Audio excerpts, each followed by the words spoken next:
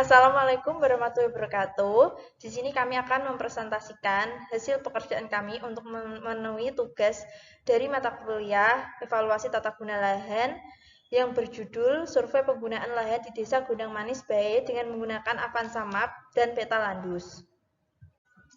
Sebelumnya saya akan perkenalkan anggota kelompok kami, yaitu saya Leni Murdianti, NIM 202041002, Santi Septiani, NIM 202041019, Kurnia Sari Indah, NIM 202041029, Aal Mustafa Yasa, NIM 202041042, Kansa Putri Nabila, NIM 202041056, dan David Ari Hidayatullah, NIM 202041081. Yang pertama, latar belakang survei penggunaan lahan di Desa Gondang Manis Bae agar sesuai dengan kegunaannya menggunakan alat bantu survei Avanza Map dan peta Landus yang mudah dipahami dan memberi gambaran yang jelas pada pembaca peta.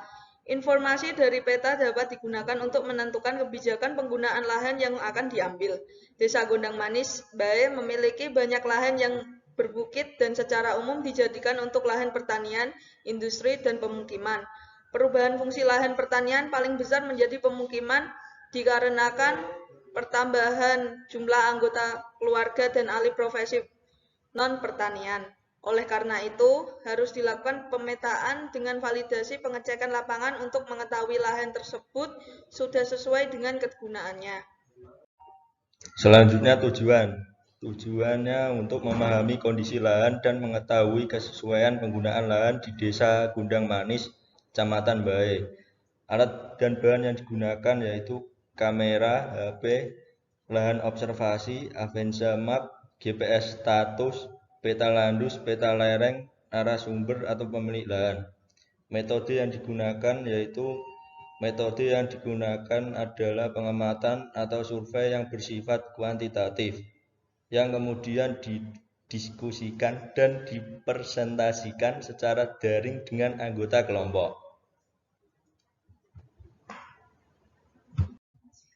Hasil dan pembahasan. A. Kondisi lahan di Gondang Manis Bae. Kondisi geografis Kecamatan Bae adalah salah satu dari kecamatan yang ada di Kabupaten Kudus, terletak di bagian utara Kabupaten Kudus. Daerah di Kecamatan Bae, Desa Gondang Manis, beriklim tropis yang dipengaruhi oleh angin laut dan angin muson. Adapun pola penggunaan tanah di Desa Gondang Manis ada dua, yaitu jenis tanah sawah dan tanah kering. Wilayah yang termasuk tanah sawah yaitu pengairan teknis, pengairan setengah teknis, pengairan sederhana, pengairan tada hujan. Sedangkan tanah kering yaitu pekarangan, tegal atau kebun, dan tanah lainnya. Berdasarkan jenis penggunaannya, tanah di Desa Gondang Manis dapat diketahui bahwa luas tanah kering yang digunakan untuk tegalan dan kebun semakin berkurang dari tahun ke tahun. Sebaliknya, tanah kering yang digunakan untuk bangunan dan pekarangan semakin luas. Pada tahun 1999, lahan yang digunakan untuk pertanian masih luas, masih banyak yang dijumpai di sawah dan ladang. Kondisi ini menunjukkan bahwa pada waktu itu penduduk Desa Gondang Manis menggantungkan kehidupnya di sektor pertanian dan perkebunan. Berkurangnya tanah sawah dan tegalan di Desa Gondang Manis adalah akibat perluasan tanah kering yang digunakan sebagai kawasan industri. Sejarah pengelolaan lahan. Pak Wardoyo Gito Witono merupakan seorang narasumber yang memiliki lahan di Gondang Manis Bae, tepatnya di belakang kampus Universitas Muria Kudus. Beliau membangun rumah sekitar tahun 1987. Menurut keterangan beliau, tanah di daerah Gondang Manis pada tahun 1980 keseluruhan lahan dari belakang Universitas Kudus sampai SMAN 2 Bae, lahan tersebut adalah tanah desa yang berbentuk sawah. Kemudian lahan sawah tersebut dikapling pada tahun 1982. Dari tanah satu blok dikapling dan dibagi-bagi pada tahun 1984. Daerah tersebut dialihkan menjadi permukiman dan dijadikan sekolah SMA. Alih fungsi lahan kosong. Lahan di Desa Gondang Manis dari yang telah kita survei menunjukkan bahwa terjadi alih fungsi lahan.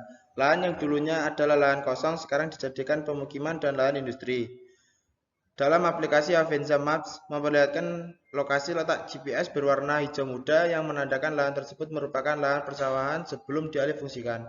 Aplikasi Avenza Maps juga menunjukkan ketinggian tempat dengan memasukkan peta lereng yang memperlihatkan di antara warna hijau muda dan hijau tua yang artinya lahan di Gondang Manis sebagian datar dan berombak. GPS status digunakan saat kita melakukan survei untuk memastikan tepat dan akuratnya tempat yang direncanakan untuk disurvei dan kenyataannya saat kita melakukan survei. Dari presentasi kelompok saya dapat disimpulkan bahwa keuntungan dari alternatif penggunaan lahan sebagai tempat permukiman dan industri adalah untuk memperbaiki perekonomian masyarakat sekitar. Selain itu, bisa saling menguntungkan dan bisa mendapat pemasukan bagi usaha mikro berkembang karena adanya pekerja atau mahasiswa yang dapat membeli barang atau jasa yang dijual oleh para pelaku usaha.